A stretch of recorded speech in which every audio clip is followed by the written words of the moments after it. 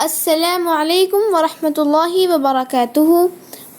اعوذ باللہ من الشیطان الرجیم، بسم اللہ الرحمن الرحیم۔ الحمد للہ حمدا یلیق بجلالہ، والصلاة والسلام علی صفوۃ انبیاء نبینا محمد بن عبد اللہ وعلی آلہ وصحبہ اجمعین، وبعد۔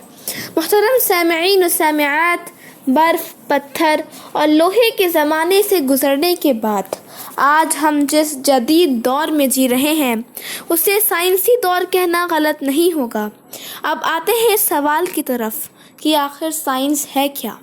سائنس کو ہم اسکولز، کالجز اور یونیورسٹیز میں ایز اے سبجیکٹ پڑھتے ہیں، لیکن ہم کبھی سائنس کی گہرائی میں گئے ہیں؟ سائنس ہم سے کیا مطالبہ کرتی ہے، کبھی سوچا ہے ہم نے؟ نہیں۔ اس بات کو سمجھنے کے لیے آپ کو میرے ساتھ Muslim scientist and their invention series کے سفر پر نکلنا ہوگا۔ دراصل ہم کو کیا کرنا ہے؟ ہم کو سائنس اور قرآن دونوں کو ریلیٹ کر کے پڑھنا ہے۔ قرآن تو ضروری ہے ہی، لیکن سائنس بھی ضروری ہے۔ رائٹرز اپنی کتابوں میں کچھ چیپٹرز ایسے لکھتے ہیں جو امپورٹنٹ ہوتے ہیں اور کچھ فلرز ہوتے ہیں، انہیں صرف جگہ فل کرنے کے لیے لکھا جاتا ہے۔ ایسے ہی سائنس میں کچھ چیزیں ازیوم کی گئی ہیں۔ For example, how universe was formed کے بارے میں the big bang story famous ہے، لیکن صرف یہ ازیوم کی گئی ہے۔ حقیقت تو کسی کو بھی نہیں پتہ نا کہ یونیورس کیسے بنا۔ کیا اللہ سبحانہ و تعالیٰ کی کتاب قرآن میں کوئی فلرز ہیں؟ نہیں۔ اس لیے ہم کو قرآن اور سائنس کو ریلیٹ کر کے پڑھنا ہے۔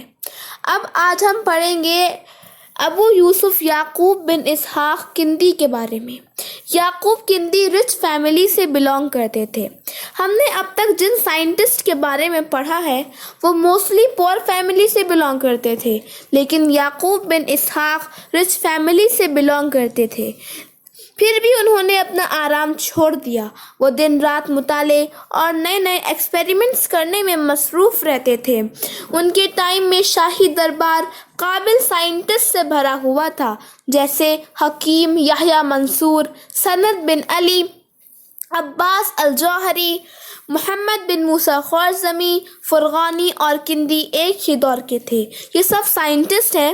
ان میں سے ہم موسیٰ الخوارزمی کے بارے میں پڑھ چکے ہیں، اور انشاءاللہ آنے والے ایپیسوڈز میں ہم حکیم یحییٰ منصور، سند بن علی، عباس الجوہری اور فرغانی کے بارے میں پڑھیں گے۔ یعقوب کندی علم ہیئت یعنی ایسٹرونومی اور علم نجوم یعنی ایسٹرولوجی کے ماہر، علم الاعداد یعنی نیومرولوجی اور اس کی حقیقتوں پر تحقیق کرنے والے، ماہر میتھمیٹیشین اور لائٹ کے متعلق ایکسپیریمنٹس کرنے والے عظیم سائنٹسٹ تھے۔ یعقوب کندی کوفہ میں پیدا ہوئے تھے۔ یعقوب کندی کے والد خلیفہ مہدی اور ہارون الرشید کے زمانے میں کوفہ کے امیر تھے۔ یعقوب کی پرورش اور تربیت شاہانہ ماحول میں ہوئی تھی، لیکن انہیں علم سے بہت لگاؤ تھا۔ وہ دولت اور سیاسی زندگی کے قریب تو کبھی گئے ہی نہیں۔ یعقوب کندی کو فادر آف فلسفی کہا جاتا ہے۔ کندی علم نجوم یعنی ایسٹرولوجی میں بھی بے مثال تھے۔ ایک دن دربار میں اہل علم بیٹھے ہوئے تھے، ایسٹرولوجی پر باتیں ہو رہی تھیں۔ یعقوب کندی نے کہا، جو کچھ میں جانتا ہوں آپ لوگ نہیں جان سکتے۔ مامون الرشید نے ایک شخص سے چپکے سے کہا، دور کسی کمرے میں جاؤ اور وہاں چھپا کر لکھو اور کاغذ یہاں قالین کے نیچے دبا دو۔ اس شخص نے ایسا ہی کیا اور وہ کاغذ فولڈ کر کے چپکے سے دبا دیا۔ اب یعقوب سے پوچھا گیا، بتائیے کیا لکھا ہے؟ یعقوب نے ذرا غور کیا اور ایسٹرولوجی کے بیس پر بتا دیا کہ یہ لکھا ہوا ہے، یعنی اس پیپر پر لکھا تھا کہ یہ لکھا ہوا ہے۔ دیکھا گیا تو صحیح نکلا۔ اہل دربار حیرت زدہ رہ گئے۔ ایک اور نادر واقعہ بھی پیش آیا۔ بغداد کے ایک بڑے تاجر کا نوجوان لڑکا سخت بیمار پڑ گیا۔ اچھے ڈاکٹرز بلائے گئے، لیکن سب بیکار۔ آخر یعقوب کندی کو بھی بلایا گیا۔ یعقوب کندی نے مریض کو غور سے دیکھا، حالات معلوم کیے اور امیر تاجر سے کہا، اود بجانے والوں کی ایک پارٹی فوراً بلائی جائے۔ ذرا دیر بعد اود بجانے والوں کی ایک پارٹی آ گئی۔ یعقوب نے ان کو کچھ ہدایات دے کر اود بجانے کا حکم دیا اور خود مریض کی نبض پر ہاتھ رکھا۔ نگاہیں چہرے پر تھیں۔ کچھ وقت گزرا تھا کہ نبض میں حرکت پیدا ہوئی، پھر سانس آنے لگی، چہرے پر رونق آ گئی، مریض میں حرکت ہوئی، اس نے آنکھیں کھول دیں اور کچھ بولا۔ ہر طرف خوشی کی لہر دوڑ گئی۔ یعقوب نے لڑکے کے والد سے کہا، فوراً جو کچھ پوچھنا ہے پوچھ لیجئے اور کچھ وصیت ہو تو لکھ لیجئے۔ اب یعقوب نے عود بجانے والوں کی طرف دیکھا اور کچھ ہدایات دی۔ عود بجنے لگا، لڑکا پھر اسی مرض میں مبتلا ہو کر ختم ہو گیا۔ یعقوب نے کہا، لڑکے کی تھوڑی سی زندگی باقی رہ گئی تھی۔ حکیم نے تدبیریں کی اور فائدہ اٹھا لیا۔ زندگی میں اضافہ نہیں ہو سکتا اور اللہ تعالیٰ کا حکم ٹل نہیں سکتا۔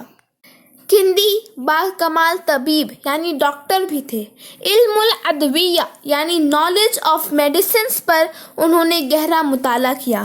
انہوں نے علم الاعداد یعنی نیومرولوجی اور اس کی خاصیتوں پر تحقیقی کام کیا اور 4 کتابیں لکھیں جو یورپ میں بہت مشہور ہوئیں، اور وہ مامون کے دربار کے فیمس ٹرانسلیٹر بھی تھے۔ یعقوب ہی کی بنا پر عرب سے یہ اعتراض اٹھ گیا کہ عرب نسل میں کوئی ادر لینگویجز کا ماہر، حکیم اور فلاسفر نہیں ہوا۔ یعقوب پہلے ایسے انسان ہیں جنہیں فلسفی یعنی فلاسفر کا ٹائٹل دیا گیا۔ فن موسیقی یعنی میوزک کو زندہ کر کے اسے نئی شان بخشی اور کئی نئے ٹیونز انوینٹ کی۔ یعقوب نے فزکس میں لائٹ کی جیومیٹریکل آپٹکس پر ایکسپیریمنٹس کیے اور ریزلٹس کو ایک مکمل بک کی فارم میں مرتب کر دیا۔ اس امپورٹنٹ بک سے راج بیکن بہت متاثر ہوا۔ یعقوب کندی کی ایک بک کا ٹرانسلیشن 1531 عیسوی میں لاطینی میں ہوا اور جرمنی سے پبلش ہوا۔ یعقوب کندی کی وفات 873 عیسوی میں ہوئی۔ اب ہم ان کی بکس کے بارے میں پڑھتے ہیں۔ انہوں نے ایک بک لکھی تھی، کتاب کیمیا العطر یعنی book of the chemistry of perfume, اور انہوں نے ایک کتاب لکھی تھی، کتاب الشعاعات یعنی بک آف ریز۔ جزاک اللہ خیرا کثیرا۔ السلام علیکم ورحمۃ اللہ وبرکاتہ۔